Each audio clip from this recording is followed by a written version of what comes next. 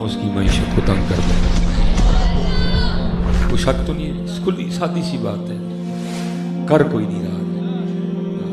उसने पकड़ा, उसने छोड़ा, उसने मारा, उसने ये किया, उसने वो, घंटे घंटे, दो दो घंटे के प्रोग्राम है, तीन तीन घंटे का प्रोग्राम है। लेकिन सच्ची बात मुख्तसर है, वमन आरद अन ज़िक्री फ़इन्न लहू मईशतन दनका, जो मेरे जिक्र से मुंह मोड़ेगा मैं उसकी मईशत को तंग कर दूंगा। झूठ नहीं बोलना चाहिए। मैं आपसे नहीं कहूँगा कि ऊंची ऊंची जवाब दो, सारे दिल में जवाब दे देना। सुबह से लेकर अब तक हमने कितनी बार दुरूद पाक पढ़ा है? सुबह से लेकर अब तक हमने कितनी बार अल्लाह को याद किया है?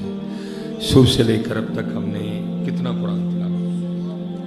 बल्कि ये बात तो बहुत बड़ी है हज़रत, मैं आपसे पूछूंगा सिर्फ यही बता दो, कुरान पाक की ज़ियारत की हुई कितनी देर हो गई? खुली बात, कोई दूसरी बात नहीं। वमन आरदा अन ज़िक्री फ़इन्न लहू मईशतन दनका, जो मेरे जिक्र से मुंह मोड़ेगा मैं उसकी मईशत को।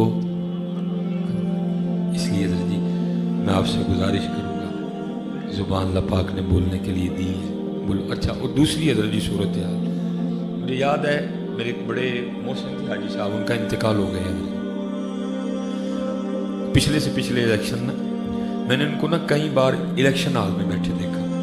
हला होता है ना, कुछ बंदे सियासी मिजाज रखते हैं, हज़रत का मिजाज बिल्कुल भी गैर सियासी था, बिल्कुल सियासत से कोई लेन देन नहीं, कोई अमल दखल नहीं। मैंने देखा और मैं भी हैरान हुआ, मैं यार हाजी साहब क्यों इलेक्शन हाल पे बैठे हैं?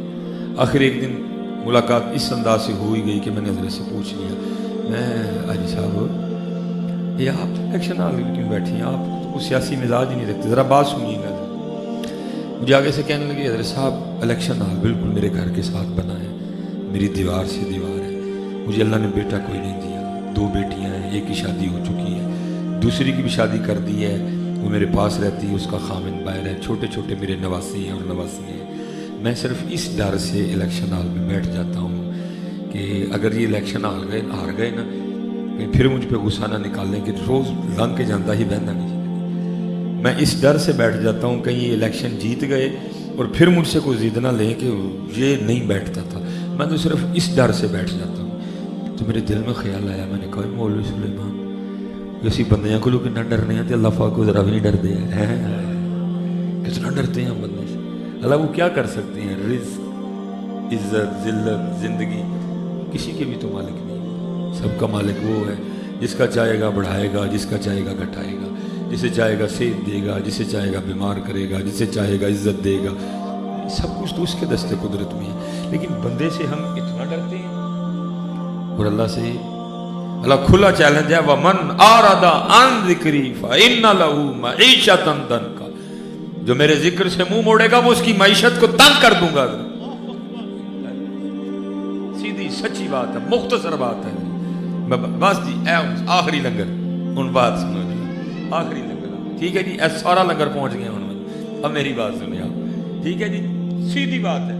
वमन आरदा अन ज़िक्री फ़इन्न लहू मईशतन दनका। और वामिया मोहम्मद बख्शा फरमाते हैं, अव्वल हमद सना इलाही, जो मालिक हर हरदा, उसका नाम चितारन वाला किसे मैदान न हरदा है। सीधी बात है, सीधी बात है। ये जो कुछ है बस जी एंड सी बस, ये जो कुछ भी है हज़रत, ये हमारी अपनी कोताहियों की सलाह है। ये सारी हमारी अपनी कोताही। माशाल्लाह कारी साहब बैठे हैं, किबला पीर साहब बैठे हैं, हमारे बुजुर्ग बैठे हैं, ऊपर बहनें बैठी भी सुन रही हैं। मैं गुजारिश करूँगा आप सबसे, वो बड़ी मारूफ हदीस है कि जो अपनी ज़िंदगी में सूरह मुल्क कामिल होगा ना, तो महबूब अलैहिस्सलाम ने फरमाया बरोज़ हश्र अगर कुछ मामला बिगड़ गया, कुछ नेकियों वाला मामला कम पड़ गया, जहन्नम का डर आ गया, तो महबूब अलैहिस्सलाम फरमाते हैं जो सूरह मुल्क का पढ़ने वाला होगा ना, तो फिर अल्लाह पाक, जो सूरह मुल्क है वो अल्लाह पाक की बारगाह में अपने पढ़ने वाले की वजह से झगड़ा करेगी, या अल्लाह या तेन बख्श दे, तो या फिर मैंने कुरान चो कट दे। अब तो उसको तो कुरान से निकालना नहीं है, तो फिर क्या होगा? सूरह मुल्क पढ़ने की वजह से उस बंदे को बख्श दिया जाएगा। अब मैं आपसे एक सवाल करता हूँ, अगर उस दिन लड़ सकती है तो फिर हज़रत आज मेरे घर में जो कुरान पाक पढ़ा है, जिसको मैंने कभी खोल के पढ़ा ही नहीं, तो क्या वो रोज़ अल्लाह की बारगाह में मेरी शिकायत नहीं करता होगा? मैं स्पेशली अपनी बहनों से पूछ रहा हूँ, वो कुरान पाक जो मेरे घर में पढ़ा है, जिसको मैंने कभी खोल के देखा ही नहीं, کیا وہ روز میری اللہ کی بارگاہ میں میری شکایت نہیں کرتا ہوگا؟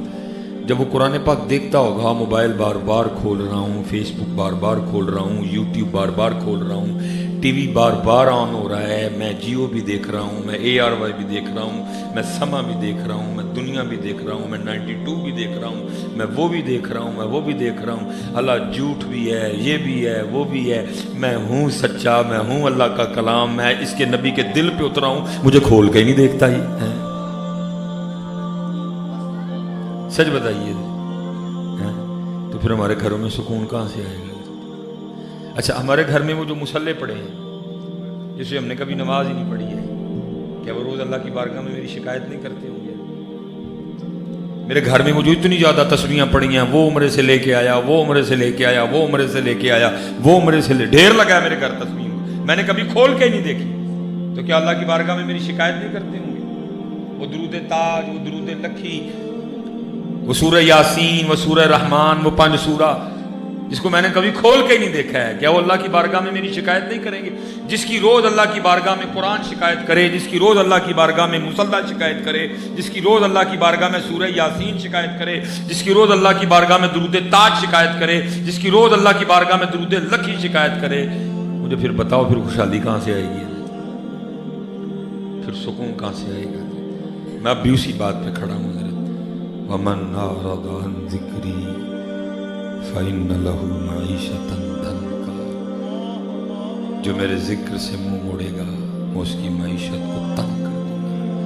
کہ آپ جو دیکھ رہے ہیں، تیل، بجلی، مہنگائی، سب ہمارے اپنے اعمال کی سزا ہے۔ وہ تو قرآن میں کہتا ہے مَا يَفْعَلُ اللَّهُ بِعَذَابِكُمْ، میں تمہیں عذاب دے کے نہیں لڑ رہا، مفہوم سادہ بنے گا آیا، مَا يَفْعَلُ اللَّهُ بِعَذَابِكُمْ إِن شَكَرْتُمْ وَآمَنْتُمْ وَكَانَ اللَّهُ شَاكِرًا۔ تو قرآن میں کہتا ہے قُلْ يَا عِبَادِيَ الَّذِينَ أَسْرَفُوا عَلَىٰ أَنفُسِهِمْ لَا تَقْنَطُوا مِن رَحْمَتِ اللَّهِ۔ وہ تو قرآن میں آواز دے کے کہتا ہے یا ایھا الانسان ما غرک بربک الکریم، اے انسان تجھے کس چیز نے تیرے کریم رب سے دور کر دیا؟ تیرے پاس سب کے لیے ٹائم ہے، ہمارے لیے ٹائم ہی کوئی نہیں ہے۔